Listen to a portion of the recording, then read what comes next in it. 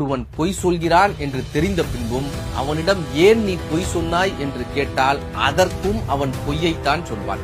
பொய் சொல்பவனிடம் உண்மையை எதிர்பார்ப்பவர்கள் முட்டாள்கள். பொய் சொல்பவனிடம் நேர்மையை எதிர்பார்ப்பவர்கள் மூடர்கள். பொய் சொல்பவனிடம் விவாதித்துக் கொண்டிருப்பவர்கள் அறிவிலிகள்.